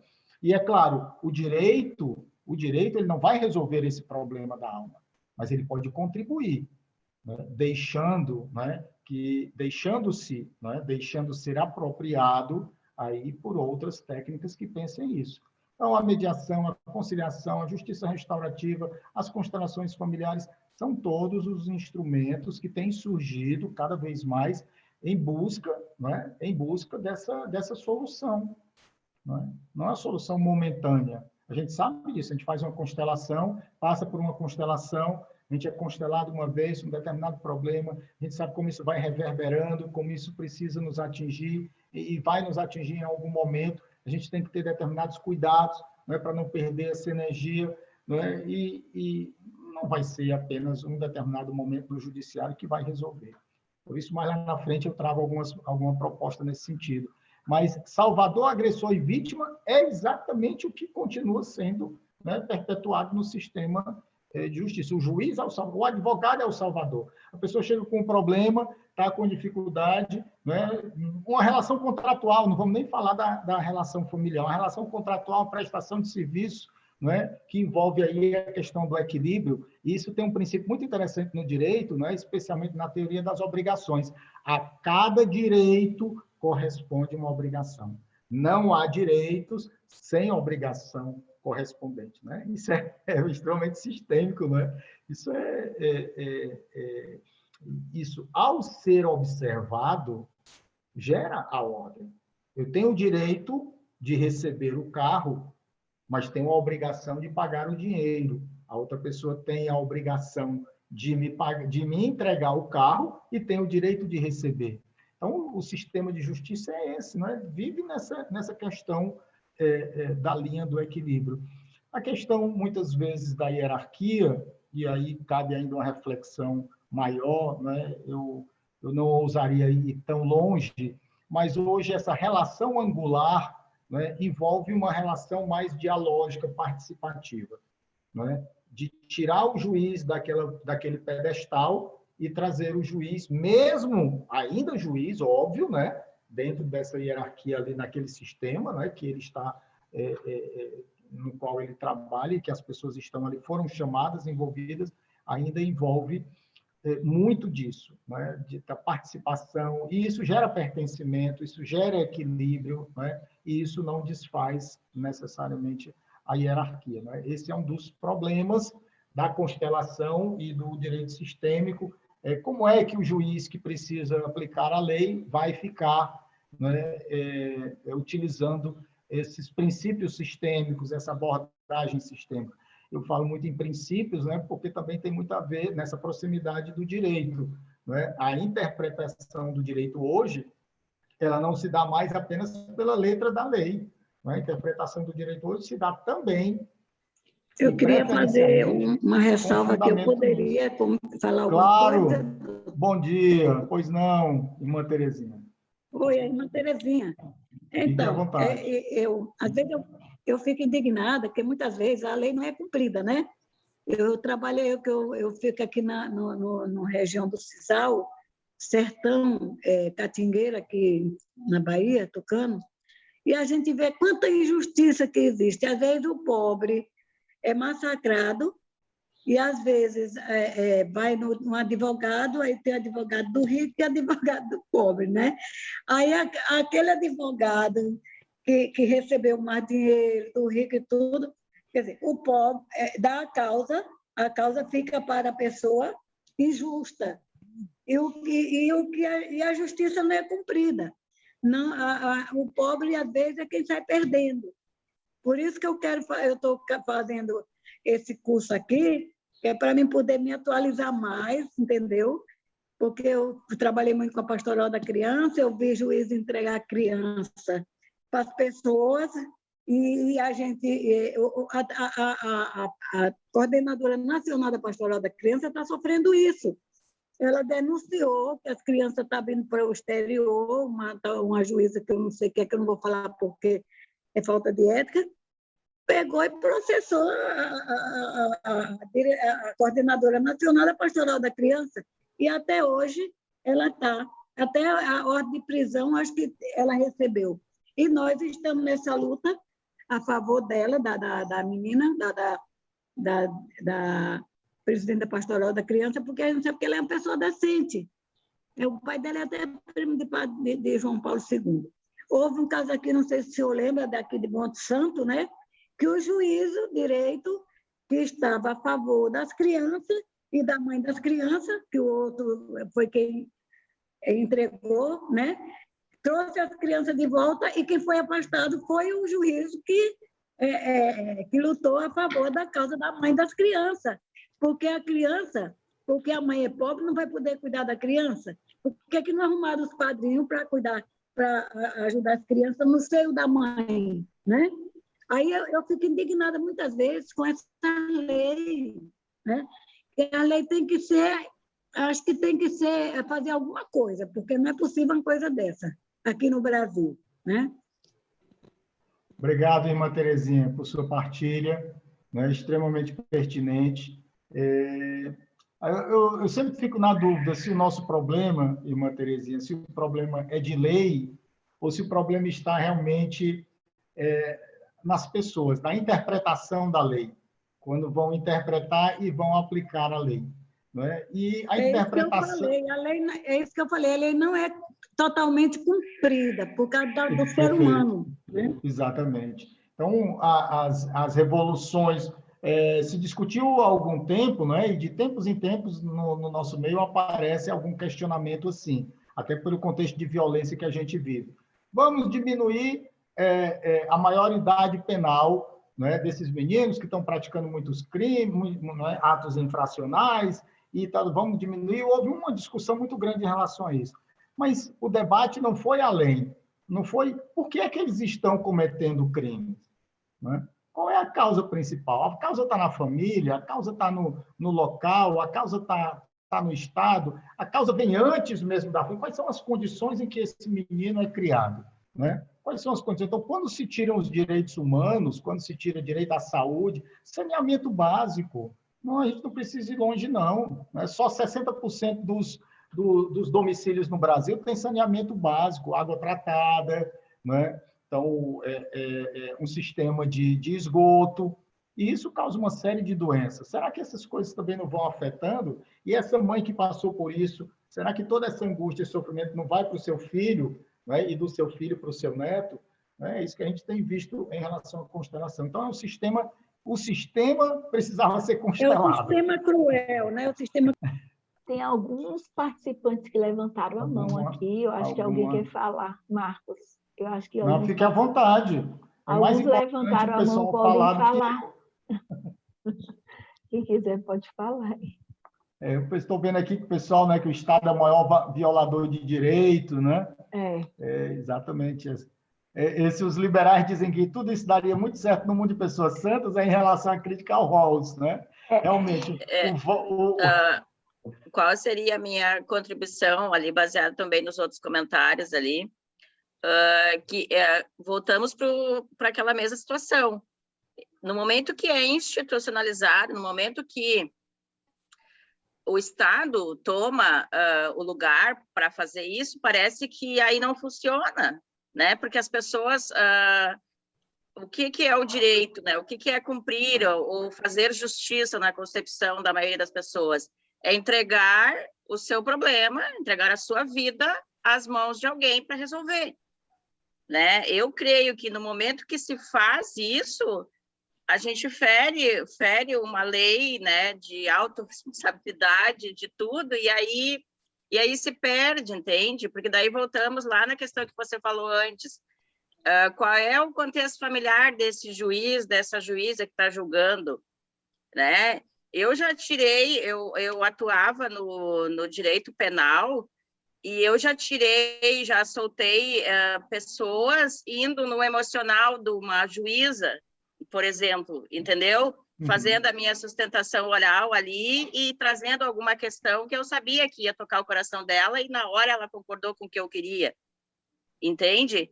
Então, se perde muito, e a falta de formação das pessoas que atuam nisso, né? A falta de, sei lá, das pessoas se conscientizarem, de realmente querer fazer uma melhor solução, eu acho que isso se perde um pouco em tudo, né? Então, por isso que é importante esse momento aqui, né? Se todos os profissionais do direito se dessem não só do direito, né? Mas os profissionais de todas as áreas se dessem esse momento, né? De estar se trabalhando, né? Se aperfeiçoando, tudo isso melhora, né? Eu sei, muitas vezes, a Ana sempre diz uma coisa para a gente na formação e que é tranquilizador, né? É que o constelador, ele não é o salvador, né? Quando eu coloco aqui posturas sistêmicas, condutas sistêmicas, não se sentir o salvador, né? Você está livre desse peso gigantesco, né? De ser o salvador. Mas, às vezes, acontece isso. Quem está no sistema judiciário, né? E aí vai do advogado ao serventuário, né? De uma determinada vara, de uma determinada secretaria, e passa por todos que estão ali, Defensoria, Ministério Público, né? Juiz, e aí vai no sistema como um todo, muitas vezes também se sente o salvador no sentido de achar o seguinte, que eu tenho uma posição final, eu sei como resolver o conflito e vou aplicando a lei, eu vou resolver o conflito. E tem inconscientemente, né, essa posição, às vezes, arrogante mesmo, de achar que ele que vai resolver. E não parar, e não ouvir o outro, e não deixar que se converse dentro de um contexto de urbanidade, de tranquilidade, de respeito, que ele pode fazer isso, né, dentro de uma audiência, por exemplo, que é o momento, deixar escapar essa oportunidade, realmente, de buscar a solução, né? Essa questão da imparcialidade, a gente debate muito isso, não é, no curso de Direito. Não, o juiz não é neutro nem é imparcial. Ele deveria ser neutro e deveria ser imparcial. A imparcialidade aqui nessa perspectiva tem a ver, nesse contexto da neutralidade, de você não apenas pender para uma parte ou para outra, que já transparece, como a irmã colocou, às vezes, numa própria audiência, né? A forma como ele trata um advogado e a forma como trata outro. A forma como recebe um advogado dentro da sala e como recebe o outro. Então, essas questões também geram esse sentimento de não pertencer. Ali é um grupo fechado, né? A própria linguagem do direito é assim. A própria linguagem jurídica é assim. Claro, toda ciência, né? Toda atividade tem uma linguagem específica própria, tá? Mas isso não quer dizer que precisa viver hermética, que não se possa explicar de uma outra forma, né? Mas voltando a essa questão aqui das posturas, condutas sistêmicas, para que a gente possa realmente estar a serviço no sentido positivo de contribuir com o bem das pessoas, essa consciência espiritual. Ângela, você está querendo falar, Ângela? Opa, fique à vontade, por favor. Então, Marcos, bom dia a todos. Bom dia. Eu sou apaixonada pela conciliação, tá? A minha natureza é bastante conciliadora. E eu tive a felicidade de conviver com um juiz maravilhoso e que fez um trabalho belíssimo na comarca que trabalhou. Ele fez treinamento com a sociedade, formou grupos de conciliadores. Foi um trabalho lindíssimo. E o que resultou? Diminuiu bastante o número de processos. A busca pelo pela resolução de conflitos através do judiciário, foi, assim, maravilhoso. Mas só que teve um efeito contrário. Então, com a queda dos processos, o que foi que o TJ da Bahia fez? Extinguiu a comarca. Tá certo? E esse juiz maravilhoso foi embora, né? E hoje a cidade está sofrendo terrivelmente porque não tem a comarca. Era uma cidade assim, é uma cidade mãe, uma cidade antiga, bastante histórica, e que está perdendo tudo. Aí, em consequência disso, não tem juiz, não tem delegado, não tem, e está assim, uma total, está desassistido. E o acesso à justiça também está complicado, porque essa passou para uma cidade vizinha, abarrotada, um caos. Essa cidade acabou pegando vários municípios circunvizinhos, quer dizer, centralizou, regionalizou, e está um caos. Tanto é que nessa semana eu fui procurada pelo pessoal da cidade, alguns políticos, enfim, para a gente fazer alguma coisa junto ao CNJ, para devolver a comarca. Tá certo? Ficou aquela sensação de cidade sem lei, cidade sem um amparo, sem uma assistência, enfim. E que, por incrível que pareça, ontem eu me reuni com com alguns segmentos políticos, falando, olha, isso aqui não é uma questão de interesse político partidário. Então, a sociedade tem que se juntar, dar as mãos e buscar aliados com as outras cidades circunvizinhas que podem unir os municípios e formar nessa cidade que tem estrutura, lá tem um prédio próprio, tem tudo, tá certo? E hoje, na cidade, se você quiser brigar com alguém, é colocar o nome desse juiz, que o pessoal acabou culpando ele pela perda da comarca. É lamentável, eu fico muito triste porque aconteceu isso. Eu continuo admirando o trabalho dele, como ele diz, o sonho dele é eu voltar a trabalhar com ele na comarca. Tá? Mas, enfim, teve esse desfecho não muito bom, né, para a cidade, para o município. Obrigado, Ângela, por sua participação. A gente fica feliz por conta de saber que existem, né, pessoas comprometidas com esses movimentos, pessoas que estão em busca realmente da pacificação social, né, estão em busca realmente de dar às pessoas essa possibilidade de resolver os seus conflitos, de, com certeza, com isso, conviver de forma melhor. E aí a gente percebe, né, nesse campo e outros também do judiciário, esse desfecho que, surpreendentemente, na verdade, coloca por terra tudo aquilo que está sendo feito. Agora sim, eu trabalho na Justiça Eleitoral, lá também tinha um cartório, saiu também, eles perderam. Então, a autoestima do pessoal ficou bem abalada por conta disso. Apesar de que essa cidade continua ainda pertencendo à minha zona. E eu uso muito, muito mesmo, tudo que eu aprendi com ele no âmbito da Justiça Eleitoral na minha zona. E os resultados, assim, fantástico, muito bom. E olha que é uma área bastante conflituosa, né? A área do direito eleitoral, você sabe. Sim. E graças a Deus, assim, o que eu aprendi, a gente coloca em prática e tem um resultado muito bom nas eleições, ficam bem mais tranquilas, né? E agora com esse dele, né? Desculpa, e agora com o sistema, agora com esse curso que eu estou fazendo aí com Cláudia, eu tenho certeza que será uma grande contribuição, vai melhorar mais ainda essa relação. Eu senti essa necessidade agora, nessa eleição por último, por conta da pandemia, das restrições de aglomeração, você percebe que realmente o conflito é interno. Tudo começa e termina dentro da gente e eles colocam para fora. E, normalmente, quem é que está na frente, né? É o primeiro que pega na frente, enfim.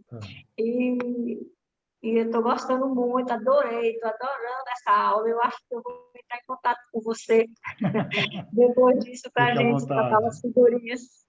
Tá bom? Tá. Olha, enquanto o Marcos estava falando, eu já anotei tanta coisa aqui, já surgiu tanta ideia. Eu vou aperrear tanto o juízo dele essa semana. Eu também. Eu tô com pena dele.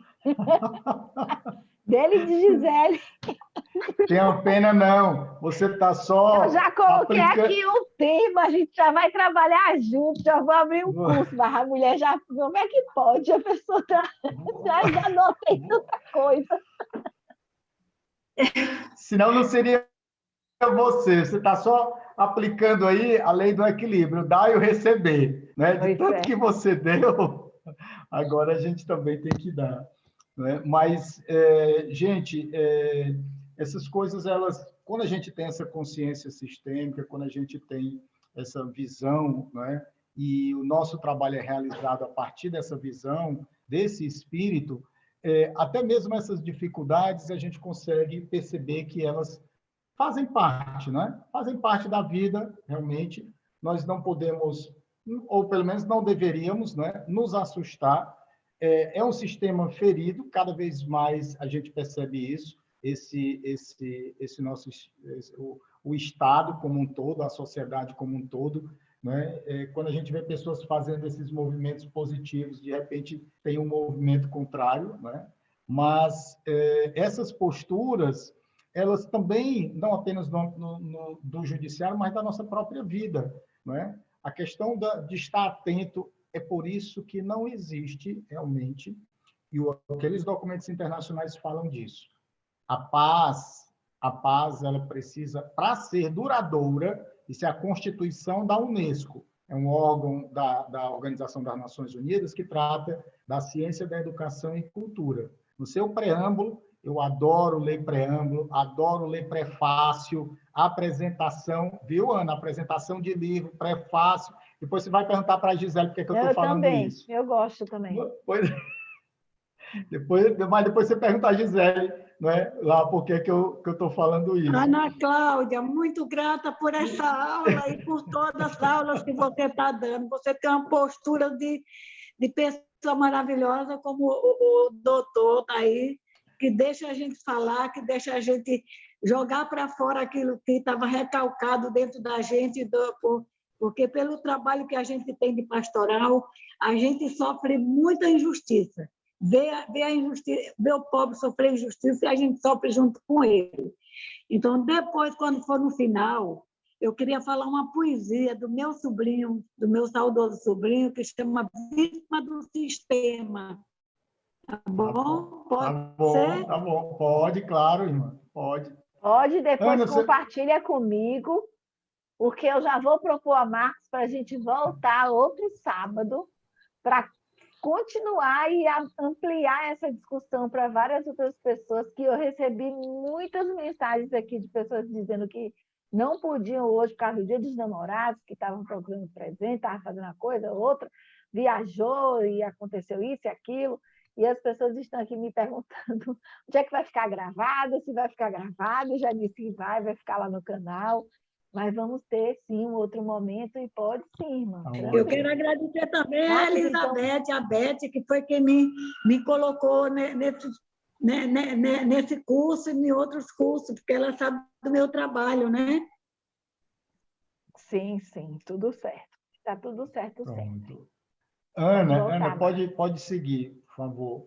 Eu trouxe aqui, a gente finalizar essa questão do direito sistêmico, trouxe do próprio Bert algumas falas, né, que eu pensei, desculpem, do próprio Sam Stott, que foi, né, um juiz, né, de uma comarca na Bahia, que depois de ter a experiência, né, de constelação com o Bert Hellinger, né, começou a refletir sobre essa possibilidade de aplicar esses princípios da constelação no âmbito do Poder Judiciário, né?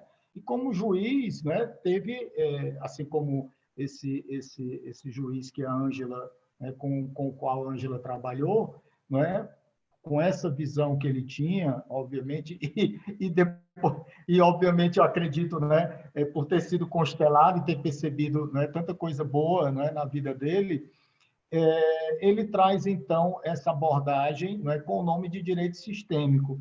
Ele diz que é um presente das constelações e dos conhecimentos do Bert Hellinger, são as ordens sistêmicas acima das leis expressas como direito posto para a regulação das relações das atividades. Esse direito que é posto, o direito, as leis do nosso dia a dia, ele é posto por pessoas também, né? Ele é construído, as leis são promulgadas por pessoas, né? E é do estado dessas pessoas que as leis, né, podem servir ou não de forma benéfica a outras pessoas. Então, aquilo que eles estão dando como servidor público, né, deve ser recebido também de uma outra forma, né, por eles. A questão é quando, né, essas leis se colocam... Isso é uma discussão muito grande que tem dentro do direito. O direito natural, o direito positivado, se deve levar em conta ou não. E o Robert Alexy, que é um doutrinador dentro dessa área de direitos fundamentais, direitos humanos, ele diz que a única diferença é afastar ou não a moral do direito, né? Então, quando o direito passa a ser apenas visto do ponto de vista da legalidade, ele perde muito da própria força de transformação, da própria força de renovação da comunidade, né? Diz o Sami, o direito é uma forma de orientar, normatizar princípios e regras para regular relações e trazer mais harmonia, né? Isso é o que nós pensamos no direito. Isso, o direito, não apenas o direito sistêmico, né? Usa o direito como um instrumento de pacificação social. E o direito sistêmico é mais que o pensamento sistêmico, que considera tudo interconectado. Então, o direito sempre entendeu isso. O direito também, né, se utiliza da teoria dos sistemas, né? E hoje, cada vez mais, a gente vê determinadas disciplinas, como antropologia, sociologia, né, a história, né, que vão agregar ao direito uma nova visão. Então, o direito sempre foi sistêmico. Para resolver conflito de leis entre um Estado e, por exemplo, um organismo internacional, é preciso diálogo, é preciso pensar no sistema, né? Eu tratei já dessa temática como sendo o diálogo intersistêmico entre sistemas judiciários, sistema judiciário nacional e internacional. Então, isso não é novidade do direito. A questão, né, do direito é trazer realmente, né, essa força das leis sistêmicas, da ordem do amor, que o Bert propõe, né? E isso é renovador na interpretação e na aplicação do direito, na forma de ver o direito. E a gente entra naquele questionamento, né? Então, o direito sistêmico é um tipo de direito, é uma espécie de direito, tem uma natureza própria, né, como o direito penal e como os outros, né? Na verdade, na essência, não. Né? Daí o questionamento, não é, como a Ana já propôs inicialmente também, se é adequada essa expressão direito sistêmico. É claro, quem a defende, né, vai dizer que não, na verdade, não se está fazendo terapia dentro do judiciário. Se está aplicando o direito, se está aplicando as leis, olhando para as pessoas, além das pessoas, né, percebendo esses movimentos para se aplicar o direito. Então, aí fica, né, ainda essa dubiedade do termo direito sistêmico, né? Então, o trabalho tradicional, ainda dizendo aqui o Sami, né, o trabalho tradicional da justiça é olhar para o passado e atribuir as devidas responsabilidades. E é isso, quando as pessoas vão para a justiça, elas vão, depois de brigar, depois de, às vezes, até querendo atingir o outro, como uma forma de se vingar, né? Então, é o homem que foi traído, e aí, para se vingar da mulher, né, joga o filho contra a mulher, né, ou começa a falar mal da mulher, né, a alienação parental. E a postura de um juiz nesse momento, ou de qualquer, quer seja do advogado que esteja, por exemplo, que recebe um caso como esse, ou o Ministério Público que está representando os interesses da criança, né, é tentar, né, olhar para frente. mostrar essa outra perspectiva, da importância de um pai, da importância da mãe para a vida do filho.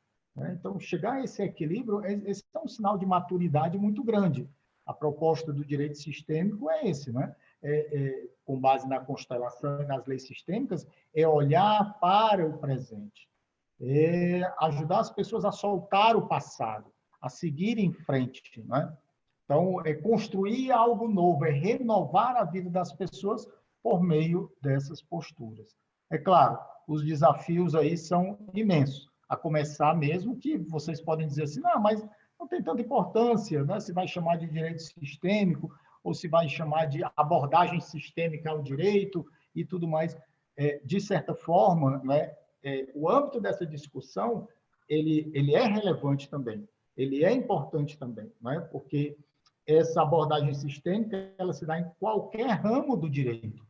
Qualquer ramo do direito. Na justiça do trabalho, não é? Quantas relações trabalhistas elas se manifestam muitas vezes abusivas porque o empregador, não é?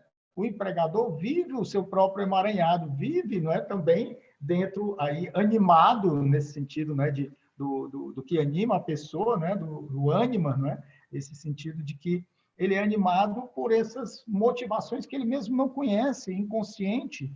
Não é? De não pagar os direitos, de ser... Não é, e essa aí é uma outra questão também, tem também algumas situações de aplicação da constelação familiar, né? Que a gente tem que chamar a atenção e mesmo essa abordagem, né? Porque a história de que, né, todo mundo pode ser vítima e agressor. Né? Então, a vítima que vai para o judiciário, ela vai porque sofreu uma agressão legal, uma agressão social, uma agressão pessoal, né? E a lei, como ela é posta, como ela é estabelecida, que procura regular as condutas e evitar os conflitos, vai ter que dar uma solução para isso. Mas a gente sabe que aquela pessoa, né, quando a gente estuda mais as constelações, nós sabemos, né, de dinâmicas aí, né, que já vêm dos antepassados, né? A questão da lealdade e tantas outras coisas que você dizer para a vítima olhar, né, e ressignificar aquele momento que foi tão duro, não é simples.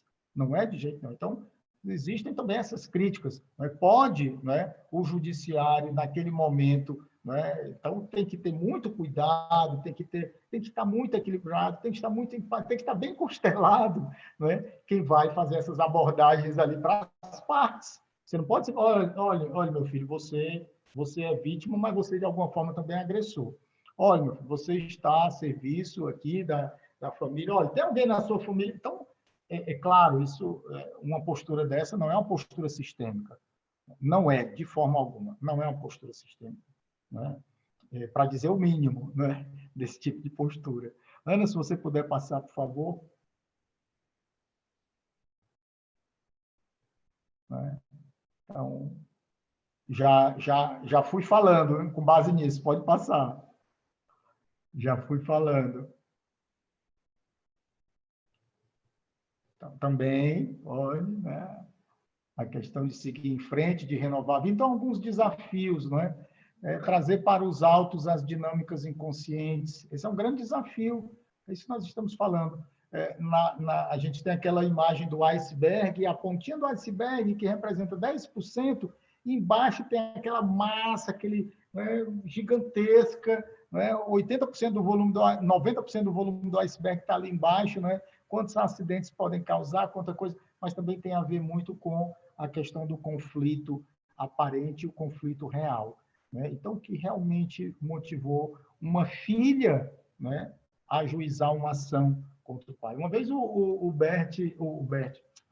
Sami, né, Sami Stort, ele falando, muito interessante, né, a perspectiva de que, por exemplo, quando o menor, no caso simples de uma pensão alimentícia, o menor, ele entra como autor da ação contra o pai. Não é? Ele é representado pela mãe, tanto é que quando é feita a petição, não é? Vem o nome do menor, né? Nesse ato representada por sua mãe, assim. Então, nessa questão, as próprias leis processuais, elas levam o menor a estar, não é? Porque, de qualquer forma, é ele que está, ali em juízo contra o próprio pai. Né? Então, são situações muito delicadas que, no judiciário, quando a gente não trata com essa visão sistêmica, aparentemente é tudo muito tranquilo, mas, ao mesmo tempo, a abordagem sistêmica pressupõe esses cuidados, não é? Você não tem prova, aquilo, mesmo que, por exemplo, que haja uma constelação, o que foi dito na constelação, com base no princípio da confidencialidade, não pode ser trazido aos autos, né? Então, também é algo muito delicado, na própria mediação já não pode ser feito. Imagine vocês, olha, a pessoa na constelação veio aqui, né, a consciência de que aconteceu isso. Então, ela não pode ser, então o outro não pode ser considerado culpado. Né? Nossa, isso aí é né? Então, é muito, muito, muito, muito delicado mesmo. Né? Isso é uma coisa que precisa ser muito bem refletida. Né? As ações judiciais para resolver conflitos entre familiares é nesse ponto mesmo, né? A sugestão até da mudança, né? Para que os filhos não fiquem ajuizando, que gera um desequilíbrio muito grande. Né? A questão uma ofensa também à hierarquia. Então, é uma mudança cultural, gente. É uma mudança cultural.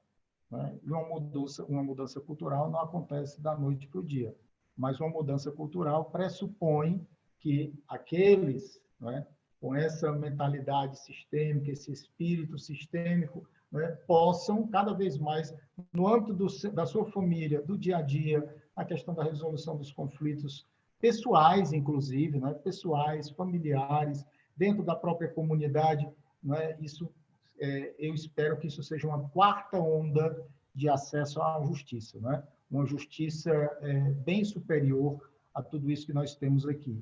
Necessária a justiça, né, no nosso âmbito material, humano, né, físico, necessária demais, tá? Mas que nós possamos alcançar, né, uma condição de justiça bem melhor. Bom, eu agradeço demais aqui a participação de vocês, a gentileza de estar aqui no Dia dos Namorados, né? Inclusive, minha namorada me ligou cedo hoje, a Gisele, minha esposa, e deve estar se deslocando, eu espero que esteja se deslocando, né? A comemoração vai ser só depois desse nosso encontro. Então, muitíssimo obrigado a Ana por sua gentileza, seu carinho de sempre, né, e o seu grande incentivo que nos leva. A Ana faz isso, viu, gente? Quem está fazendo a formação com ela. Ela nos empurra mesmo, vai que é contigo. E aí pronto, né? Para ver como aquele pássaro, né? A mãe que está no ninho disse, menino, dá o voo aí, vai. E aí...